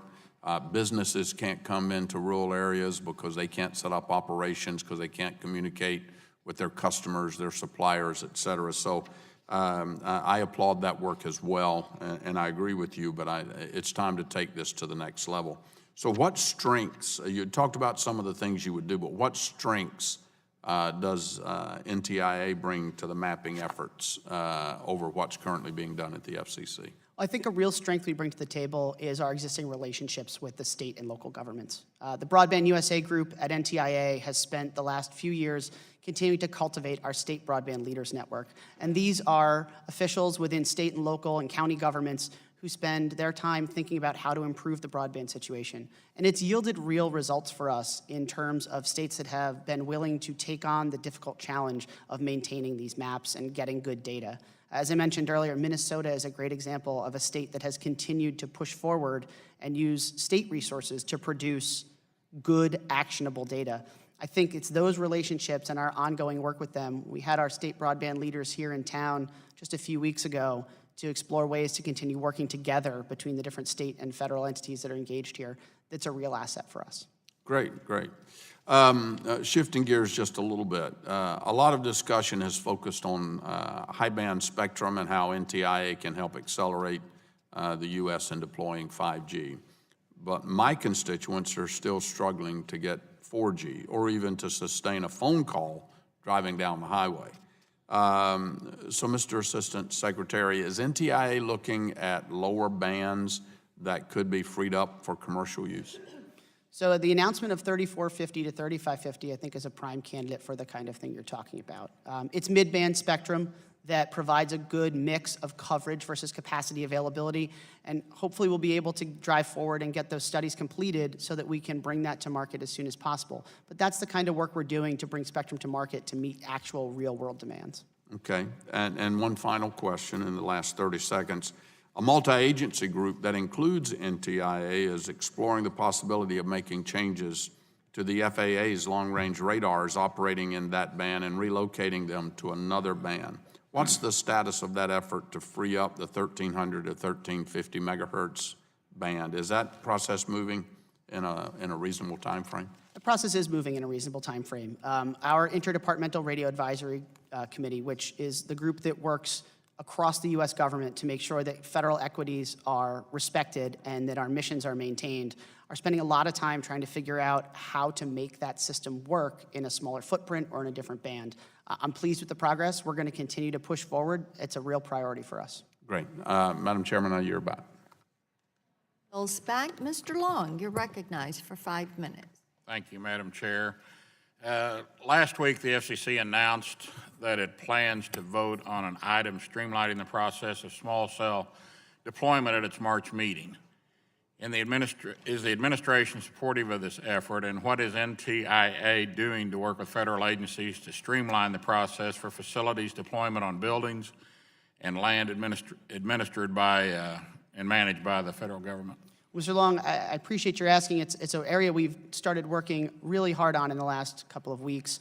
The President has tasked the Broadband Interagency Working Group, which NTIA co-chairs with our colleagues at the Rural Utility Service, with looking at 3 specific work streams that could bring federal assets to bear on the challenge, that could streamline permitting for broadband projects, and ways to look across the entire federal government at different funding programs and ensure that they are working together and complementing each other as we try to bring broadband to every corner of the country.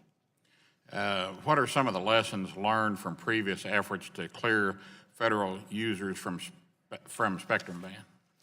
So the interesting thing is that this is an area that I think is a great case study in how we've taken lessons learned and Congress has incorporated them into legislation. The information we learned in AWS 1 in 2007 was then incorporated into changes to the Spectrum Relocation Fund in 2012. After 2012, we learned that there were some challenges with making funding available to agencies, and Congress made another change in 2015 to make that funding available in a more streamlined process. It's an iterative process, and it gets better every time, so we thank you for all the support in trying to make this as easy as possible. Well, you're talking about Congress making changes. What should we, this committee, as a committee, what should we be doing to assist in this effort?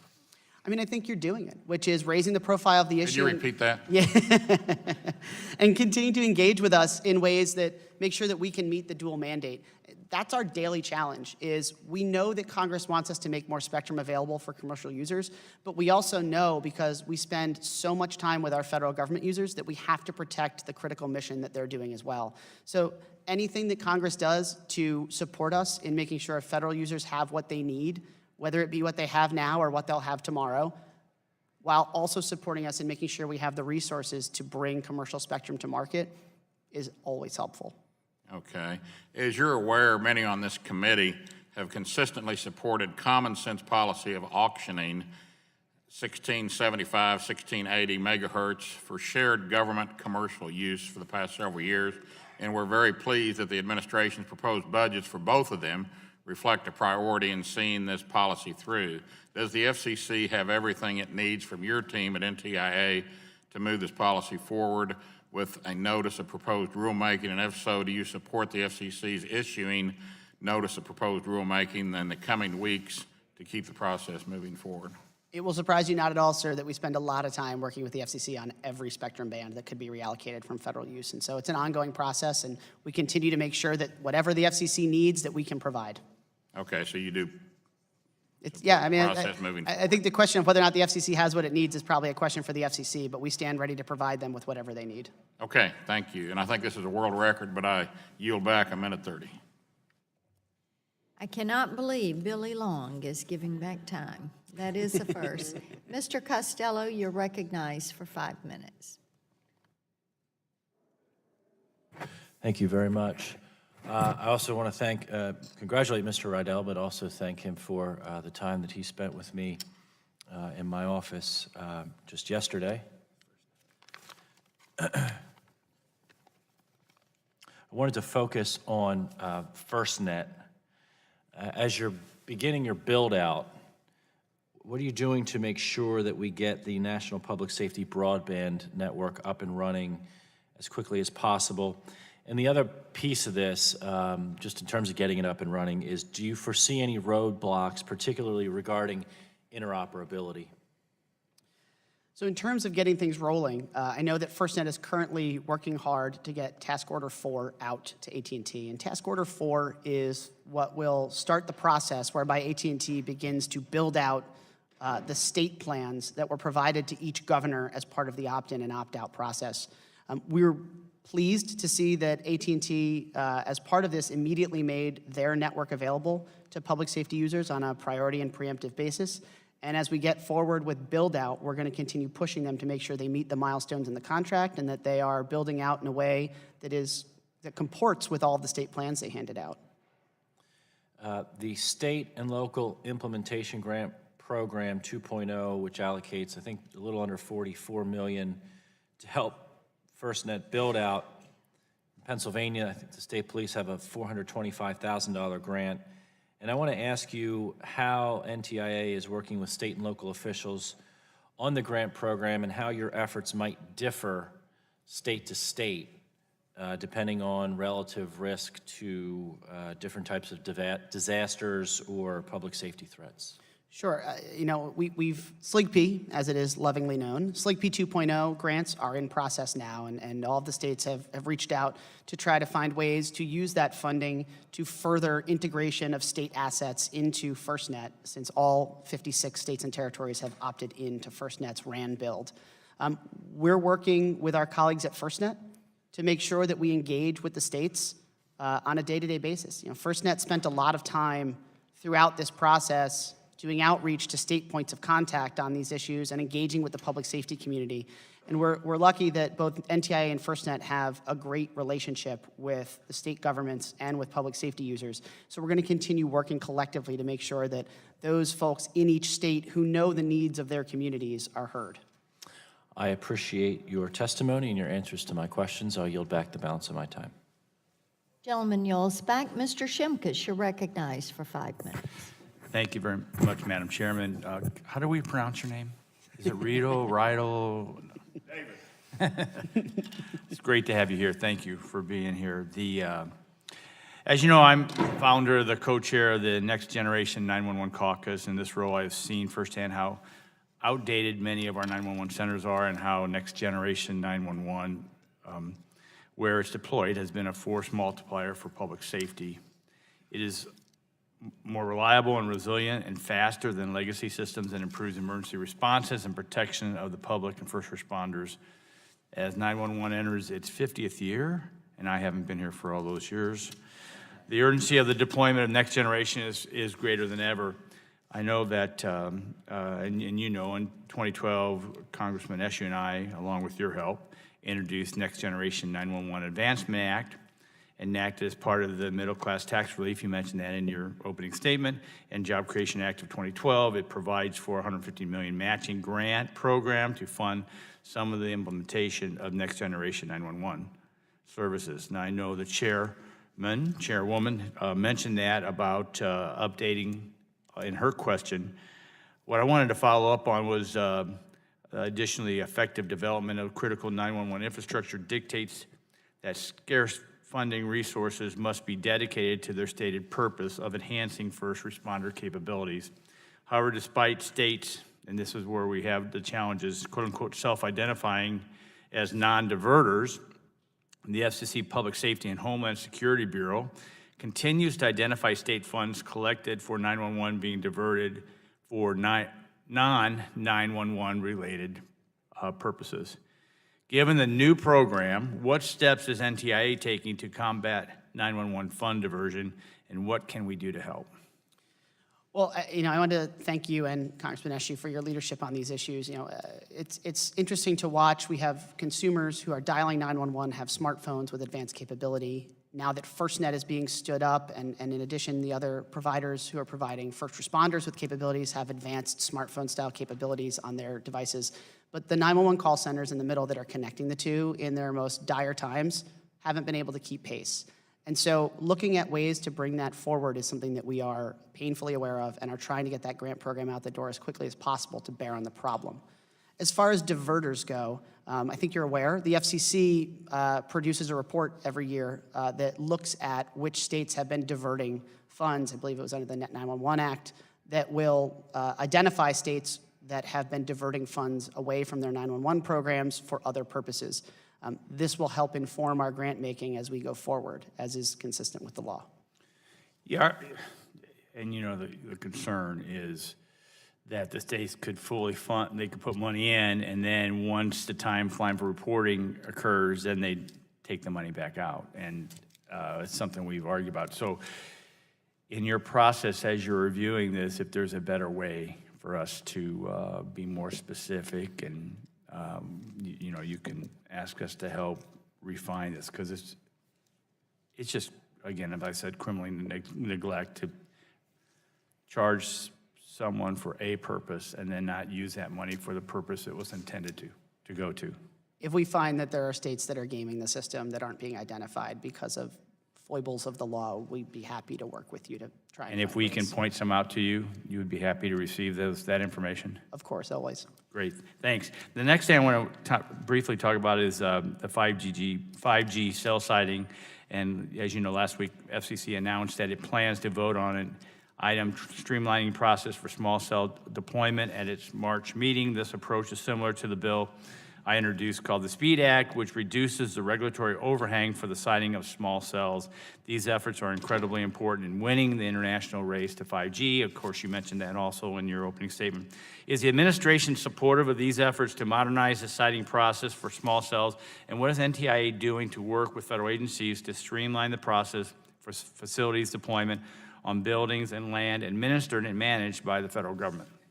Because the president's made it clear that getting broadband out to the parts of rural America that don't have it now is a priority for this administration. And certainly the work that we are doing in our Broadband Internet Working Group will help to bear upon that. The Broadband Internet Working Group has been established. It's co-chaired by NTIA and the Rural Utility Service, and This is one of the issues we're currently looking at. How do we streamline federal permitting processes in order to make it easier to build out? How do we bring federal assets to bear on this challenge? How do we make sure that different funding programs across the U.S. government are coordinated in a way that gets us the best outcome? We're dedicated to this challenge, and we're really excited about getting to yes on some of these issues. Thank you very much, Madam. My time's expired. Gentleman yields back. Mr. Belarakis, you're recognized for 5 minutes. Thank you, Madam Chair, and thank you, Mr. Secretary, for your testimony. Appreciate it so very much. On the opening day of this subcommittee's infrastructure push, I introduced House Resolution 687 to coordinate regulations and permitting processes between the federal, state, and local governments. We regularly acknowledge the need to remain a leader in technology innovation. However, the unintended complexity of our broadband infrastructure rules is causing us to fall behind and lose investment. Our competitors, such as China, Japan, and Europe, are already racing to deploy 5G for commercial use. What can we do today to ensure that the U.S. stays in the lead of this innovation and speed new spectrum bands to market as quickly as our competition? Well, sir, at the Department of Commerce, Secretary Ross has made it clear that 5G leadership should be a priority, and we are driving full steam ahead to engage on every front with Congress, across the administration, and perhaps most importantly with our private sector colleagues to make sure that we are able to drive standards, that we are able to make as much spectrum available as possible, and that we're able to replicate in 5G the kind of success the United States had in 4G. Very good. Representing the great state of Florida, although I do have Pittsburgh blood, by the way. You know that. My dad's from Pittsburgh. And I root for the Pirates and the Steelers and the Rays, of course, and the Bucks. But in any case, representing the great state of Florida and the Tampa Bay area, Florida is a pay-or state, as you know, into the Universal Service Fund. There have been long been questions about the accuracy of the broadband data collection and the use of resources. While I truly believe that everyone should have access to internet services, I want to ensure that constituent money is going to the locations that need it most, of course. The FCC has made a number of data improvements in the last year. The NTIA recently provided suggestions to the FCC on updating its data collection practices, specifically regarding the Form 477 data program, as you know. Expanding on Mr. Guthrie's questioning, can you discuss the importance of Form 477 to NTIA decision-making and how the recommendations NTIA provided to the FCC will improve broadband data accuracy to help pay-or states such as this great state of Florida? Sure, Mr. Belarakis. You know, the Form 477 data is a critical tool that we all have as part of looking at where broadband is available. The FCC has long maintained this data, and while we can all quibble over whether it's accurate enough or granular enough, and I think NTIA has been very clear we think it needs to be more accurate and more granular, it still represents a critical data set. And as we look at what the President asked us to do if we get the additional appropriations to do an assessment and a map, 477 data would form the basis of one of those data sets. Having as many data sets as possible and as many of them validated as possible will lead us to the best possible outcomes. And I think we want to get good data in your hands. We want to get good data in the rest of the executive branch's hands. Doing so will require us to look not just at Form 477, but at a lot more information than that. Very good. Thank you. I yield back, Madam Chair. Appreciate it. Gentleman yields back. Ms. Brooks, you're recognized for 5 minutes. Thank you, Madam Chairwoman, and congratulations. It's good to have you here. I have been focused for quite some time on FirstNet and want to ask whether or not, how is FirstNet doing, in your opinion, with respect to their commitment to specify the 15% geographic requirement to partner with the rural telecoms. How is that going? So, Mrs. Brooks, we are at the threshold of seeing FirstNet start to deploy its own network through AT&T. As I mentioned earlier, FirstNet is working with AT&T now on Task Order 4. Task Order 4 will be the order that has AT&T go out and begin building the state-based plans for the radio access network. We are aware that it is our job at NTIA and at FirstNet to make sure that AT&T is living up to the terms of the contract it signed with the U.S. government. We are joined at the hip for the next 25 years on making sure that AT&T lives up to that contract and that public safety first responders get the tools that Congress intended in the law. And so we're going to continue pushing forward to make sure that's the case. Thank you.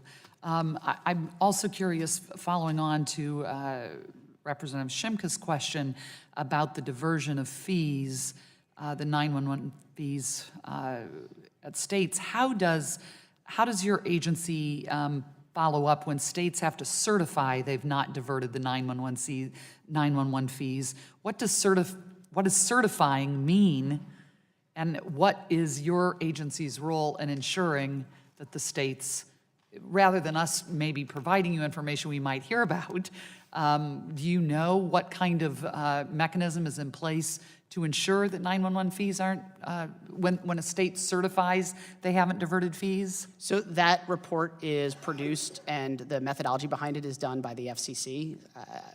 That would be a question for the FCC, but I'm certainly happy to follow up with them and with your office if you would like. Okay.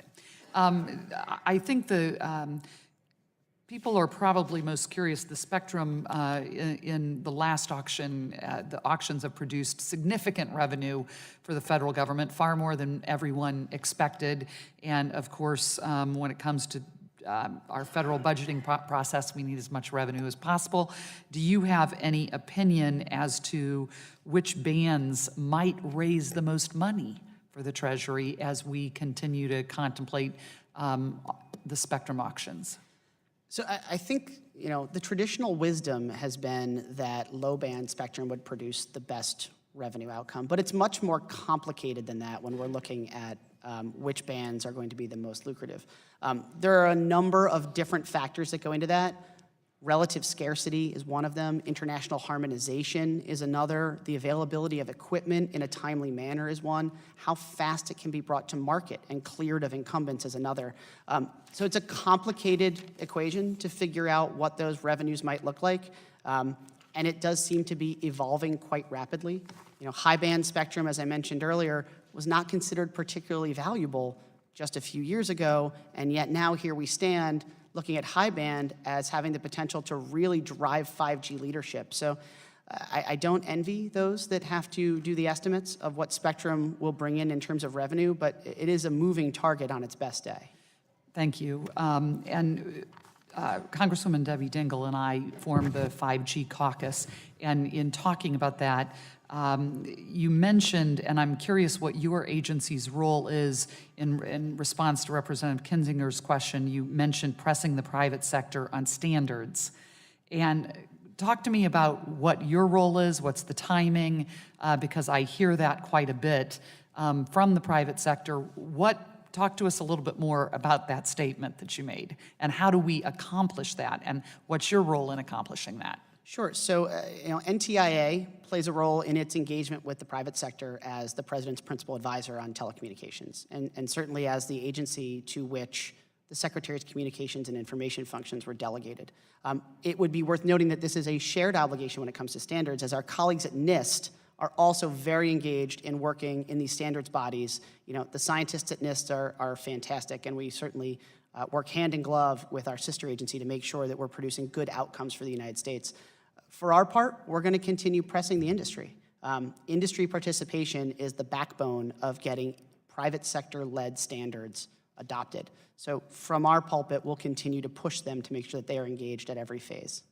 Thank you. I certainly believe, because I understand at the Mobile World Congress recently, 5G was all anybody talked about. So we better get this right, and everybody better speed it up. Thank you, and I yield back. Gentlelady yields back, and by unanimous consent, Mr. Tonko has joined us, and you're recognized for 5 minutes. Thank you, Madam Chair. Assistant Secretary Rettel, welcome, and thank you for being here today.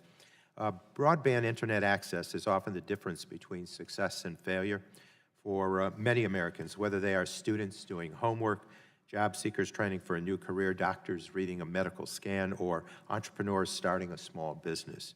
To date, our government has done a poor job, I believe, of tracking broadband deployment, especially with public investments that are made with too little accountability and oversight on behalf of the taxpayer. I hope this is an issue that we can address together. As you know, I have been working with my colleague and friend, Representative Lance, on a bill called Access Broadband that would begin to address this issue. Our bill would establish a coordinating office for federal broadband resources at NTIA. It would track federal broadband dollars, streamline management of federal broadband resources across multiple agencies, and most notably, it would simplify the process for small businesses and local economic developers to access them. It would also help notify communities that these resources exist to help them expand their own local broadband access. The bill already has strong bipartisan support. My thanks to the 10 members of this committee who have co-sponsored it to date. I would ask everyone here to help us advance this effort.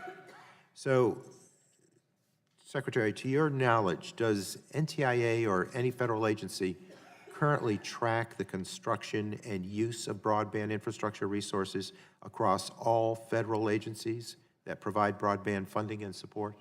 Well, Mr. Tonko, this is an issue that NTIA is currently in the process of evaluating. The President tasked the Broadband Interagency Working Group, which NTIA co-chairs with the Rural Utility Service, with looking at this issue specifically, how to look across all the programs in the federal government that are providing funding for broadband and make sure that they are coordinated with each other and are complementary to each other. And does NTIA or any federal agency coordinate broadband funding so it can be distributed in an efficient manner, in a financial sustainable manner, and with the goal of serving the largest number of persons in the United States while promoting the most job and economic growth for all residents in our country? While I'm sure that every one of the programs looks at that individually, the cross-government aspect of that is what we are currently looking into right now. Okay, and just the coordinating activity amongst agencies, because I know in our research before we drafted the bill, there was this plethora of agencies that are involved and perhaps not communicating well enough with each other. Absolutely, and this subcommittee certainly has a rich history of looking into those issues and trying to ensure that we don't have duplicative funding from multiple agencies. And have you encountered any barriers to working across offices or agencies?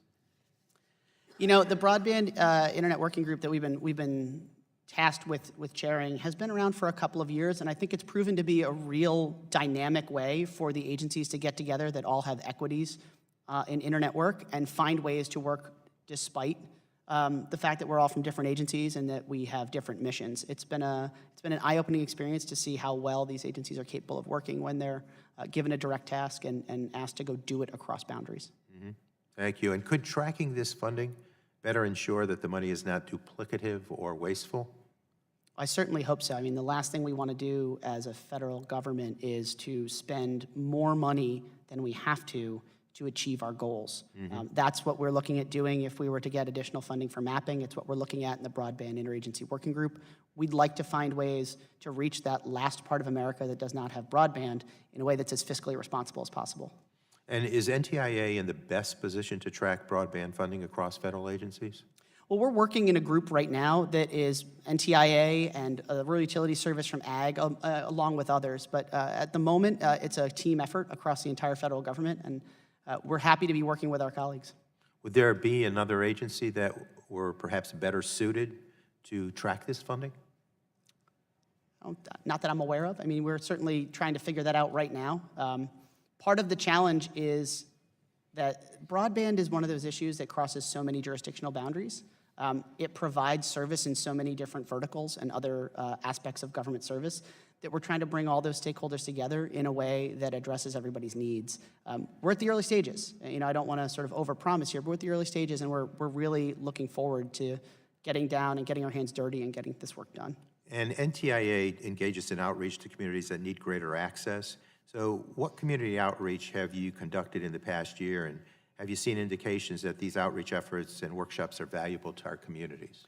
We absolutely have. Our State Broadband Leaders Network has extensive relationships with folks at the state, county, and local level, and we continue to bring them together on a fairly routine basis to exchange best practices, to share success stories, frankly, to share failure stories as well, for failure to get the economic investment that they were looking for.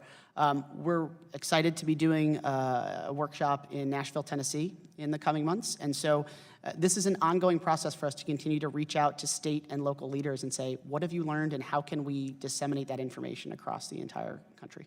Thank you very much, and with that, Madam Chair, I yield back. Gentleman yields back, and there are no further members wanting to Madam ask Chair. questions. You're recognized, Mr. Doyle. Thank you. I ask unanimous consent to submit for the record a letter to the subcommittee from the Electronic Privacy Information Center. Without objection, so ordered. Thank you.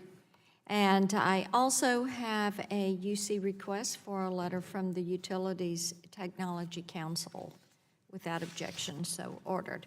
Well, you've gotten the first one under your belt, Mr. Riddle.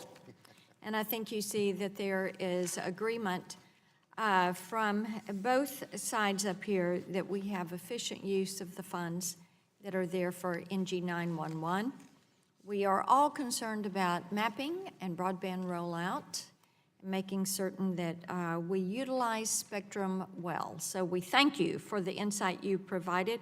Pursuant to committee rules, I remind members that they have 10 business days to submit additional questions for the record, and I ask that you will submit these written answers within 10 business days. Seeing no further business to come before the subcommittee today, committee is adjourned.